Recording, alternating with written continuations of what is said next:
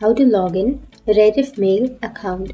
So if you want to log into your Rediffmail account, then first of all open up a browser, any browser that you are comfortable with, and then go for the search bar and search for Rediffmail. And once you've searched for that, here you will have rediffmail.com. Go for the first search, and then to sign into your account, here on the upper side of this website you will have this sign in option. So here you need to enter your username or your email address, and once you've entered that, here you need to enter your password. But if you forgot your password, then you can go for forgot password, and then you can reset or recover your Rediffmail password.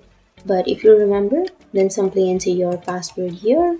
And after that, if you want to save your login information, then you can click on this box. Or if you don't want to save your information on your laptop or PC, then unclick it.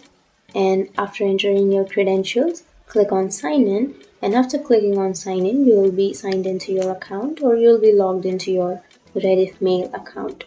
So make sure that you have entered the correct information, and then you can click on sign in and you will be signed in. So that's it, and if you have any questions, feel free to comment below. Thanks for watching.